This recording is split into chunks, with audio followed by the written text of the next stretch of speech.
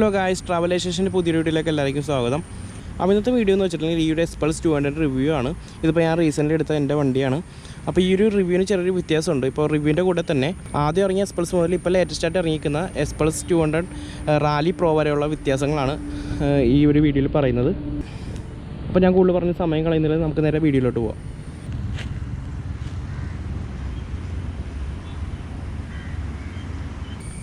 അപ്പോൾ അതിന് തന്നെ പറയുന്നത് ഈ ഒരു ഹെഡ്ലൈറ്റിൻ്റെ കാര്യമാണ്. ഇതിപ്പോൾ എസ്+ 200 2V ആണ്, അതായത് ഏറ്റവും ആദ്യം ഇറങ്ങിയ മോഡലാണ്. അപ്പോൾ ഇതിന് വന്നിരിക്കുന്ന ഒരു പോരായ്മ എന്ന് പറഞ്ഞിട്ടുണ്ടെങ്കിൽ ഇതിൻ്റെ ഹെഡ്ലൈറ്റാണ്. ഇതിൻ്റെ ഹെഡ്ലൈറ്റിന് കാണാനൊക്കെ നല്ല ഭംഗിയുള്ള ഹെഡ്ലൈറ്റാണ്, അടിപൊളി ഹെഡ്ലൈറ്റാണ്. പക്ഷേ ഇതിന് ലൈറ്റ് തീരെ കുറവാണ് ഈ ഹെഡ്ലൈറ്റിന്. അങ്ങനെ ഒരു പോരായ്മയാണ് ഈ ഹെഡ്ലൈറ്റിന് ഉള്ളത്. അത് കഴിഞ്ഞിട്ട് ഇറങ്ങിയ 2021 ഇറങ്ങിയ എസ്+ 4V ഇറങ്ങിയായിരുന്നു. ആ 4Vക്ക് കുറച്ച് മാറ്റങ്ങൾ വന്നിട്ടുണ്ട്. അതായത് ഒരു 27% ബ്രൈറ്റ്നസ് ലൈറ്റിന് വരുത്തിയാണ് ഹീറോ ഇറക്കിയിരിക്കുന്നത് എസ്+ 4V. പക്ഷേ 27% ബ്രൈറ്റ്നസ് അതിന് ഹെഡ്ലൈറ്റിന് വ്യത്യാസം വന്നിട്ടുണ്ടെന്ന് ഹീറോ ക്ലെയിം ചെയ്യുന്നുണ്ടെങ്കിലും ശരിക്കും ഒരു 20% പോലും അതിന് ബ്രൈറ്റ്നസ് വന്നിട്ടില്ല. അപ്പോൾ ആ ഒരു ചെറിയൊരു ചേഞ്ച് മാത്രമേ ആ ഒരു ഹെഡ്ലൈറ്റിന് വന്നിട്ടുള്ളൂ. അപ്പോൾ അതൊരു പോരായ്മ തന്നെയാണ്. അതുമാത്രമല്ല, ഇപ്പോൾ 2023 ഇറങ്ങിയ ലേറ്റസ്റ്റ് എഡിഷനായിട്ടുള്ള എസ്+ 200 4V OBD2 എന്ന് പറഞ്ഞ വേരിയൻ്റ് ഉണ്ട്. അതിന് ഒരു പ്രൊജക്ടർ ഹെഡ് ലാമ്പ് ഇൻസ്റ്റാൾ ചെയ്തിട്ടുണ്ട് ഹീറോ. പക്ഷേ ഒരു പ്രൊജക്ടർ LED വന്നിട്ടുണ്ടെങ്കിൽ പോലും അതിന് ഇപ്പോൾ പ്രൊജക്ടർ LED ഒക്കെ നല്ല ബ്രൈറ്റ്നസ് ഉണ്ട് മറ്റ് പല കമ്പനിയുടെ വെഹിക്കിൾസിനും. പക്ഷേ എസ്+ 200 4Vക്ക് വന്നിരിക്കുന്ന LED പ്രൊജക്ടർ ഹെഡ്ലൈറ്റിന് അത്ര ബ്രൈറ്റ്നസ് അത്ര പോരാ. ഏകദേശം മറ്റേ നേരത്തെ പറഞ്ഞ പോലെ തന്നെ ഒരു 20% ഒക്കെ തന്നെ വ്യത്യാസം ഇതിനും കാണുന്നുള്ളൂ. വലിയ വ്യത്യാസമൊന്നും കാണുന്നില്ല. അതുകൊണ്ട് തന്നെ എക്സ്ട്രാ ലൈറ്റ് വെക്കേണ്ടതായിട്ട് വരും നമുക്ക്. പിന്നെ അടുത്ത പറയാനുള്ളത് വണ്ടിയുടെ വിൻഷീൽഡാണ്, അതായത് വൈസറാണ്. അപ്പോൾ വൈസറിന് ഇതിപ്പോൾ 2020 രജിസ്ട്രേഷൻ ആയിട്ടുള്ള എസ്+ 200 2V എഡിഷനാണ്. അപ്പോൾ ഇതിൻ്റെ വൈസർ വന്നിരിക്കുന്നത് ഇങ്ങനെയാണ്. ഈ ഒരു അത്യാവശ്യം നമുക്ക് ക്രൂസ് ചെയ്യാൻ പറ്റുന്ന രീതിയിലാണ് ഈ ഒരു വൈസർ വന്നിരിക്കുന്നത്. അതായത് ഒരു 80 to 90 കിലോമീറ്റർ സ്പീഡിലൊക്കെ പോകുമ്പോൾ വരെ നമുക്ക് അത്യാവശ്യം വിൻഡ് പ്രൊട്ടക്ഷൻ നമുക്ക് തരും. പക്ഷേ എന്നാലും അത് ഓവർ സ്പീഡായി കഴിഞ്ഞാൽ ഒരു 80 above ഒക്കെ ആകുമ്പോൾ തന്നെ അത് പതുക്കെ നമ്മളുടെ വിൻഡിൽ ഇവിടെ നിന്ന് കട്ട് ചെയ്തിട്ട് നമുക്ക് നമ്മളുടെ ഫേസിലേക്ക് അതിൻ്റെ വിൻഡ് ഹിറ്റ് ചെയ്ത് തുടങ്ങും. അപ്പോൾ അങ്ങനെ ഒരു പ്രശ്നമുണ്ട്. പക്ഷേ ഇപ്പോൾ ലേറ്റസ്റ്റ് ആയിട്ട് ഇറങ്ങിയ മോഡലിന് അതിനൊരു മാറ്റം വന്നിട്ടുണ്ട്. അത് വേറൊരു ഡിസൈനിലാണ് വന്നിരിക്കുന്നത്. അപ്പോൾ അത് കുറച്ചുകൂടി പ്രൊട്ടക്ഷൻ തരുന്നുണ്ട്. പക്ഷേ എന്നാൽ പോലും ഓവർ സ്പീഡ് ആയിക്കഴിഞ്ഞാൽ അത് നമുക്ക് ഫേസിലോട്ട് തന്നെ കട്ട് ചെയ്ത് വരുന്നുണ്ട്. ഞാനത് ഓടിച്ച് നോക്കിയായിരുന്നു. ഇപ്പോൾ നമുക്കത് റിവ്യൂ ചെയ്യാനായിട്ട് വണ്ടി കിട്ടിയില്ല. അതുകൊണ്ടാണ് നമുക്ക് ഈ ഒരു ഓൾഡ് എസ്+ 2V വെച്ചിട്ട് തന്നെ റിവ്യൂ ചെയ്യേണ്ടി വന്നത്, അല്ലെങ്കിൽ അത് കാണിച്ചു തരായിരുന്നു. പിന്നെ വേറൊരു മെയിനായിട്ടുള്ള ചേഞ്ച് ഹീറോ എസ്+ന് കൊണ്ടുവന്നിരിക്കുന്നത് എന്താണെന്ന് വെച്ച് കഴിഞ്ഞാൽ, ഇപ്പോൾ ലേറ്റസ്റ്റ് ആയിട്ട് ഇറങ്ങിയ എസ്+ 4V റാലി പ്രോ എന്ന് പറഞ്ഞ വേരിയൻ്റ് ഉണ്ട്.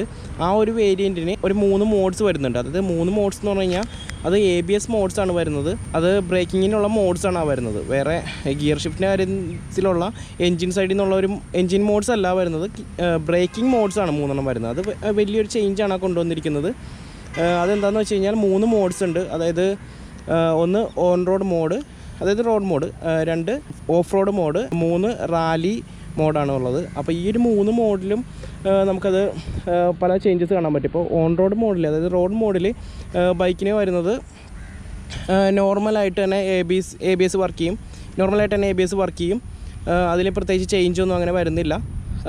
പക്ഷേ ഇതിൻ്റെ ഓഫ് റോഡ് മോഡിൽ ABS ലൈറ്റായിട്ട് വർക്ക് ചെയ്യുള്ളൂ. നമ്മളിപ്പോൾ ഓഫ് റോഡ് മോഡ് ഓൺ ചെയ്തിട്ട് വണ്ടി ഓടിക്കുകയാണെങ്കിൽ ABS ലൈറ്റായിട്ടേ വർക്ക് ചെയ്യുള്ളൂ. അതായത് ഒരു ABS നമ്മളൊന്ന് ഹാർഡായിട്ട്, നമ്മൾ ബ്രേക്ക് ഒന്ന് ഹാർഡായിട്ട് പിടിച്ചാൽ മാത്രമേ നമുക്ക് ABS കിട്ടുള്ളൂ. അതായത് ഓഫ് റോഡിന് കുറച്ച് ഹെൽപ്ഫുള്ളായിരിക്കും.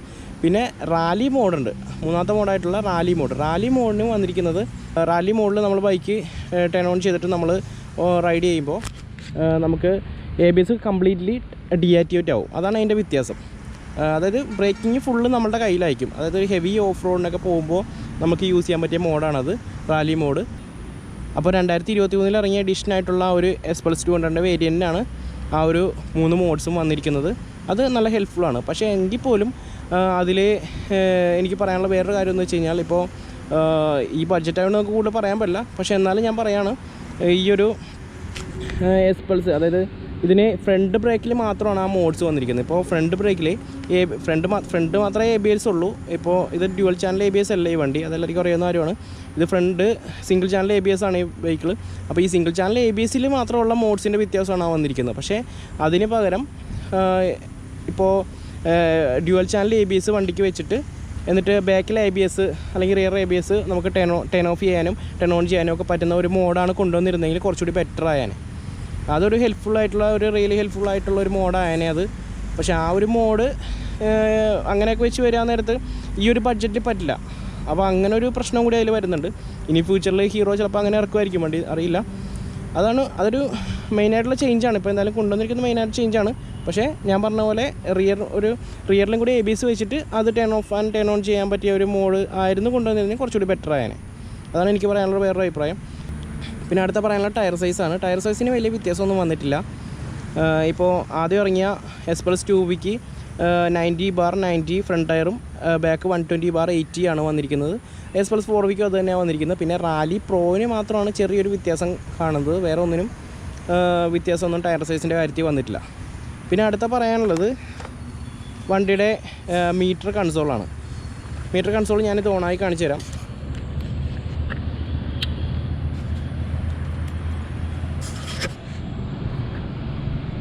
S+200 മീറ്റർ കൺസോൾ ശരിക്കും നല്ലൊരു ആക്യുറേറ്റ് ഇൻഫർമേഷൻ തരുന്ന ഒരു മീറ്റർ കൺസോളാണ്. എനിക്ക് നേരത്തെ സ്പോർട്സ് ബൈക്കൊക്കെ പല മോഡൽ സ്പോർട്സ് ബൈക്ക് ഉണ്ടായിരുന്നതാണ്, R5 ഡ്യൂക്ക് NS ഇതെല്ലാം ഉണ്ടായിരുന്നതാണ്.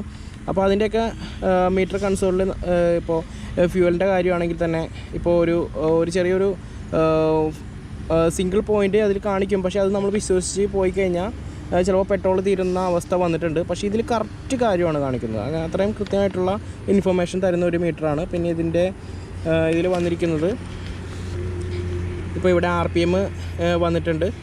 പിന്നെ ഇവിടെയാണ് ഗിയർ ഷിഫ്റ്റ് ചെയ്യുന്ന കാര്യങ്ങൾ കാണിക്കുന്നത്. പിന്നെ ഇവിടെ കിലോമീറ്റർ കാര്യങ്ങൾ കാണിക്കുന്നുണ്ട്, ഓഡോമീറ്റർ കാണിക്കുന്നുണ്ട്. പിന്നെ ഇവിടെ ടൈം കാണിക്കുന്നുണ്ട്. പിന്നെ ഇവിടെ ട്രിപ്പ് 1 ആൻഡ് ട്രിപ്പ് 2 കാണിക്കും. പിന്നെ ഇവിടെ ആവറേജ് സ്പീഡ് പെർ അവർ കാണിക്കും. ഇത് പലരുടെയും വിചാരം ഇത് മൈലേജാണ്. ഈ ആവറേജ് സ്പീഡ് പെർ അവർ കാണിക്കുന്നത് ഇത് മൈലേജ് ആണെന്നാണ് പലരുടെയും വിചാരം. പക്ഷേ ഇത് ശരിക്കും മൈലേജ് അല്ല, ആവറേജ് സ്പീഡും അതിനടുത്ത ടൈമുമാണ് കാണിക്കുന്നത്. പിന്നെ ടൈം കാണിക്കും, പിന്നെ അതിൻ്റെ ഇടയിൽ ഡേറ്റ് ഇങ്ങനെ കാര്യങ്ങൾ കാണിക്കും. പിന്നെ ഇത് കൂടാതെ വണ്ടിക്ക് ബ്ലൂടൂത്ത് കണക്ടിവിറ്റി ഉണ്ട്. ബ്ലൂടൂത്ത് നമ്മുടെ മൊബൈലായിട്ട് കണക്ട് ചെയ്ത് കഴിഞ്ഞാൽ നമുക്ക് മാപ്പ് ഇട്ടിട്ട് നമുക്ക് നാവിഗേഷൻ കാണിക്കും. അതായത് ലെഫ്റ്റ് ഓർ റൈറ്റ് എന്ന് കാണിക്കും. അങ്ങനെ നമുക്ക് പോകാനായിട്ട് പറ്റും.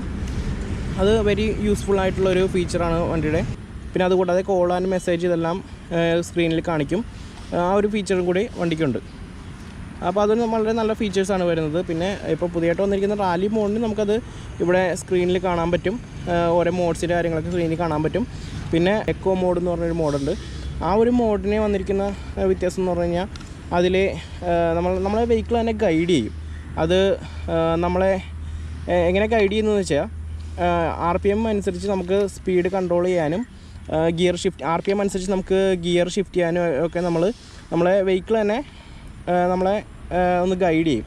ഇപ്പോൾ RPM കൂടാൻ നേരത്ത് ഗിയർ ഷിഫ്റ്റ് ചെയ്യാനുള്ള ഇൻഫർമേഷൻ തരും. അപ്പോൾ നമ്മൾ ഗിയർ ഷിഫ്റ്റ് ചെയ്യും. അങ്ങനെ നമ്മൾ ഓടിക്കാൻ നേരത്ത് നമുക്ക് മൈലേജ് കൂടുതൽ കിട്ടും. അങ്ങനെ ഒരു ഗൈഡ് നമുക്ക് വെഹിക്കിൾ തരും. പിന്നെ വണ്ടിയുടെ BHPയുടെ കാര്യത്തിൽ വലിയ ഡിഫറൻസ് ഒന്നും തന്നെ വന്നിട്ടില്ല. അതായത് ജസ്റ്റ് 1 BHPയുടെ വ്യത്യാസം മാത്രമേ വന്നിട്ടുള്ളൂ. അതിൽ കാര്യമായിട്ട് ഒരു പവർ ഡിഫറൻസും നമുക്ക് തോന്നില്ല. ഒരു 1 BHPയുടെ വ്യത്യാസം മാത്രമേ വന്നിട്ടുള്ളൂ. പിന്നെ അടുത്ത പറയാനുള്ള വണ്ടിയുടെ ഗ്രൗണ്ട് ക്ലിയറൻസും കാര്യങ്ങളൊക്കെയാണ്. പിന്നെ ഈ വണ്ടിക്ക് 220 mm ആണ് ഇതിൻ്റെ ഗ്രൗണ്ട് ക്ലിയറൻസ്. പക്ഷേ ഇപ്പോൾ ലേറ്റസ്റ്റായിട്ട് ഇറങ്ങിയ വണ്ടിക്ക്, അതായത് റാലി പ്രോ ആയിട്ട് കമ്പയർ ചെയ്യുമ്പോൾ അത് 270 mm ഉണ്ട് അതിൻ്റെ ഗ്രൗണ്ട് ക്ലിയറൻസ്. റാലി പ്രോക്ക് അത്യാവശ്യം നല്ല ഹൈറ്റ് വന്നിട്ടുണ്ട്. അതിൻ്റെ ഡിഫറൻസ് ഞാൻ പറഞ്ഞുതരാം. ഈ വണ്ടിക്ക് സീറ്റ് ഹൈറ്റ് ജസ്റ്റ് 823 ആണ് ഇതിൻ്റെ സീറ്റ് ഹൈറ്റ് വരുന്നത്. പക്ഷേ റാലി പ്രോയിന് വന്നിരിക്കുന്ന സീറ്റ് ഹൈറ്റ് എന്ന് പറഞ്ഞു കഴിഞ്ഞാൽ 891 ആണ്. അത്രയും ഡിഫറൻസ് വന്നിട്ടുണ്ട്. 823 നിന്നും 891 പക്ഷേ S+4Vക്ക് ആണെങ്കിൽ ഇത് S+200 ആണ്. അപ്പോൾ ഈ 2Vക്ക് ജസ്റ്റ് 823 ആണ് വന്നിരിക്കുന്നത് ഇതിൻ്റെ സീറ്റ് ഹൈറ്റ്. പക്ഷേ S+4Vക്ക് ജസ്റ്റ് 0.2 mm വ്യത്യാസം മാത്രമേ വന്നിട്ടുള്ളൂ. അതായത് S+4Vക്ക് 825 ആണ് അതിൻ്റെ സീറ്റ് ഹൈറ്റ് വന്നിട്ടുള്ളൂ. പക്ഷേ റാലി വരുമ്പോൾ നല്ല ഡിഫറൻസ് വന്നിട്ടുണ്ട്. അതായത് ഫസ്റ്റ് ഇറങ്ങിയ ഈ ഒരു S+ 200 2V ആയിട്ട് കമ്പയർ ചെയ്യുമ്പോൾ നല്ല ഡിഫറൻസ് വന്നിട്ടുണ്ട്. ഇത് 823 ആണെങ്കിൽ അത് 891 ആണ്. അത്ര വ്യത്യാസം വന്നിട്ടുണ്ട് സീറ്റ് ഹൈറ്റ്. അതായത് അത്യാവശ്യം നല്ല ഹൈറ്റ് ഉള്ളവർക്ക് മാത്രമേ, അതായത് ഏകദേശം ഒരു 6 ഫീറ്റിനടുത്ത് ഹൈറ്റ് ഉള്ളവർക്ക് മാത്രമേ ഒരു പ്ലാന്റഡ് ഫുട്ട് കിട്ടുള്ളൂ. അത്രയും ഹൈറ്റ് ഉണ്ടാവും വണ്ടിക്ക്. ഈ വണ്ടിയായിട്ട് വെച്ച് നോക്കുമ്പോൾ നല്ല ഹൈറ്റ് വ്യത്യാസം നമുക്ക് തോന്നുകയും ചെയ്യും. ഇതിൻ്റെ ഒരു വലിയ S+ ആണോ അല്ലെങ്കിൽ S+ 2 ആണോ എന്ന് തന്നെ തോന്നിപ്പോകും നമുക്ക്. അത്രയും വ്യത്യാസമുണ്ട് അതിൻ്റെ ഹൈറ്റ്. നമുക്ക് ശരിക്കും ഡിഫറൻസ് നമുക്ക് മനസ്സിലാവും അത് കാണുമ്പോൾ തന്നെ. അത്രയും ഡിഫറൻസ് അതിന് വന്നിട്ടുണ്ട് ഹൈറ്റിൻ്റെ കാര്യത്തിൽ. അത് ശരിക്കും ഒരു പക്ക ഒരു ഹാർഡ് കോർ ഓഫ് റോഡ് ചെയ്യാൻ വേണ്ടി ഇറക്കിയിരിക്കുന്ന ഒരു വെഹിക്കിളാണ്. അതിനുള്ള ഫീച്ചേഴ്സും അതിൽ വന്നിട്ടുണ്ട്. അപ്പോൾ അതൊക്കെയാണ് അതിൻ്റെ ഡിഫറൻസ് പറയാനുള്ളത്. പിന്നെ അടുത്ത പറയുന്നത് വണ്ടിയുടെ സസ്പെൻഷൻ്റെ കാര്യമാണ്.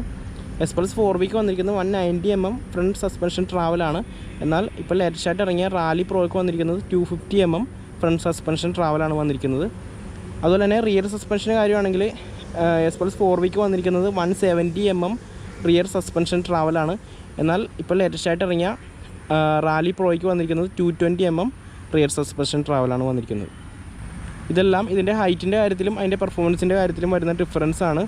പിന്നെ ഫസ്റ്റ് ഇറങ്ങിയ S+ 200 2Vക്കും അത് കഴിഞ്ഞിട്ട് ഇറങ്ങിയ S+ 200 4Vക്കും ഹാൻഡിൽ ബാർ റൈസറൊന്നും വന്നിട്ടില്ല. ഇപ്പോൾ ലേറ്റസ്റ്റ് ഇറങ്ങിയ റാലി പ്രോയ്ക്ക് ഹാൻഡിൽ ബാർ റൈസറൊക്കെ ഓൾറെഡി ഇൻബിൽഡ് ആണ്.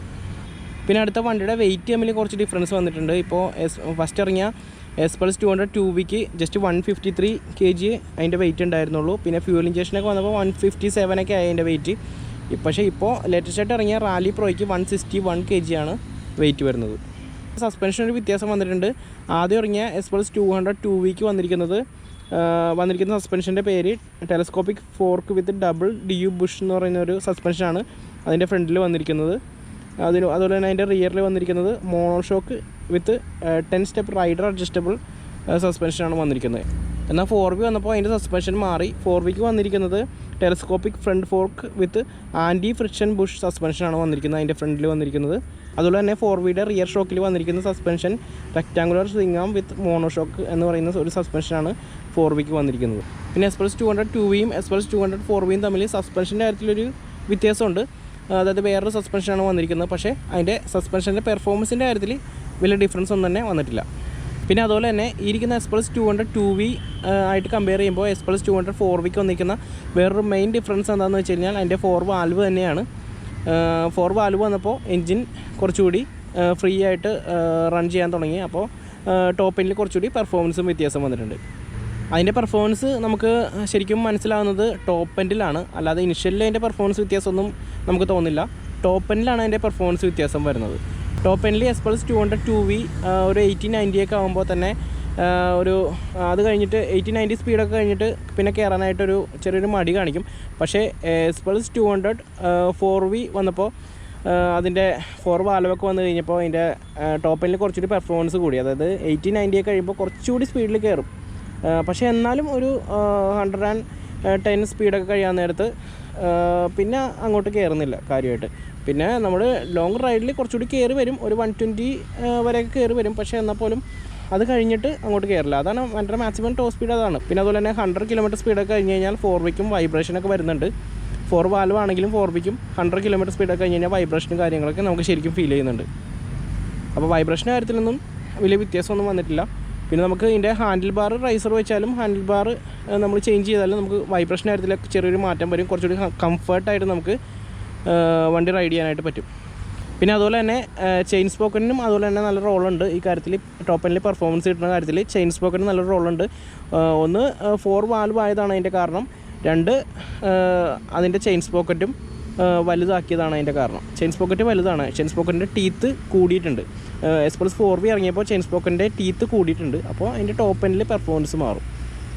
ഇനി ഈ ഒരു വണ്ടി ഇത്ര നാൾ ഓടിച്ചൊരു എക്സ്പീരിയൻസ് വെച്ച് എനിക്ക് പേഴ്സണലായിട്ട് ഈ ഒരു വണ്ടീനെ കുറിച്ച് പറയാനുള്ള ഒരു സ്പെഷ്യലായിട്ടുള്ള കാര്യം എന്താണെന്ന് വെച്ച് കഴിഞ്ഞാൽ, ഈ ഒരു വണ്ടി ഒരു പക്ക മോട്ടോർ ക്രോസ് വെഹിക്കിളാണ്. ഒരു പക്ക മോട്ടോർ ക്രോസ് വെഹിക്കിൾ ഓൺ റോഡിലോട്ട് കൺവേർട്ട് ചെയ്ത് എടുത്ത ഒരു രീതിയിലാണ് ഹീറോ ഈ വെഹിക്കിൾ ഇറക്കിയിരിക്കുന്നത്. അതുകൊണ്ട് തന്നെ ഈ ഒരു വണ്ടിക്ക് ഒരുപാട് ആരാധകരുണ്ട്. പിന്നെ ഈ ഒരു വണ്ടി ഈ ഒരു ബഡ്ജറ്റിൽ ശരിക്കും ഒരു വെറുത്തി ബൈക്കാണ്. ഇപ്പോൾ ഹിമാലയനേക്കായിട്ട് കമ്പയർ ചെയ്യുമ്പോൾ ഹിമാലയൻ നല്ല റേറ്റും കൂടുതലാണ് ബൈക്കിന്, അതുപോലെ തന്നെ നല്ല മെയിൻ്റനൻസും കൂടുതലാണ്. പക്ഷേ ഈ ബൈക്കായിട്ട് കമ്പയർ ചെയ്യുമ്പോൾ റേറ്റും കുറവാണ്, അതുപോലെ തന്നെ മെയിൻ്റനൻസും കുറവാണ്. എന്നാൽ ഓഫ് റോഡിലും നമുക്ക് കൂളായിട്ട് ഓഫ് റോഡ് പോകാൻ പറ്റും. ഇപ്പോൾ ഹിമാലയനേക്കായിട്ട് ഓഫ് റോഡ് പോകാനായിട്ട് നല്ല ഹാർഡാണ്, അതായത് അത്രയും വെയിറ്റ് വണ്ടിക്ക് വരുന്നുണ്ട്. പിന്നെ സൈസും ഉണ്ട്, വണ്ടിക്ക് കുറച്ചുകൂടി ലെങ്ത്തും വരുന്നുണ്ട്, വെയിറ്റും വരുന്നുണ്ട്. അപ്പോൾ അത്രയും ഡിഫറൻസ് അതിന് വന്നിട്ടുണ്ട്. ഹിമാലയനൊക്കെ ആയിട്ട് ഓഫ് റോഡ് പോകാനായിട്ട് നല്ല ടഫാണ്. റോയൽ എൻഫീൽഡിന് അത്രയും വെയിറ്റുള്ള റോയൽ എൻഫീൽഡിൻ്റെ ഒരു വണ്ടിയാണ്. അപ്പോൾ അതായിട്ട് നമ്മൾ ഓഫ് റോഡ് പോകാനായിട്ടൊക്കെ നല്ല ടഫാണ് ശരിക്കും പറഞ്ഞാൽ. പിന്നെ അതുപോലെ തന്നെ ക്ലച്ച് ഡിസ്കിന് പണി കിട്ടുന്ന ഒരു പ്രശ്നം പല ഓഫ് റോഡേഴ്സും അനുഭവിച്ചിട്ടുള്ളൊരു പ്രശ്നമായിരിക്കും ഹിമാലയന്. പക്ഷേ അതൊക്കെ വെച്ച് കമ്പയർ ചെയ്യുമ്പോൾ എസ്പൾസിൻ്റെ ക്ലച്ച് ഡിസ്കൊക്കെ നല്ല കൂളാണ്. അത്ര പെട്ടെന്ന് പണിയൊന്നും വരാത്ത ടൈപ്പ് ക്ലച്ച് ഡിസ്ക്കാണ് എസ്പൾസ് 2 വീക്ക് മുതൽ ഇങ്ങോട്ട് വന്നിരിക്കുന്നത്.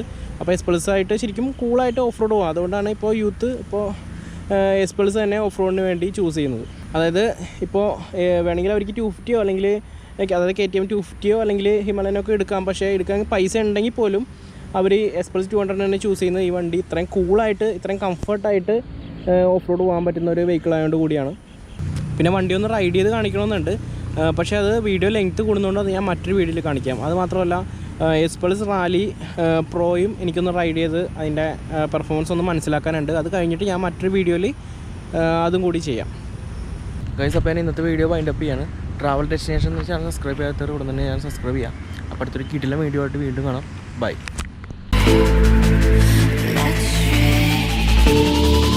Your eyes are filled with stars.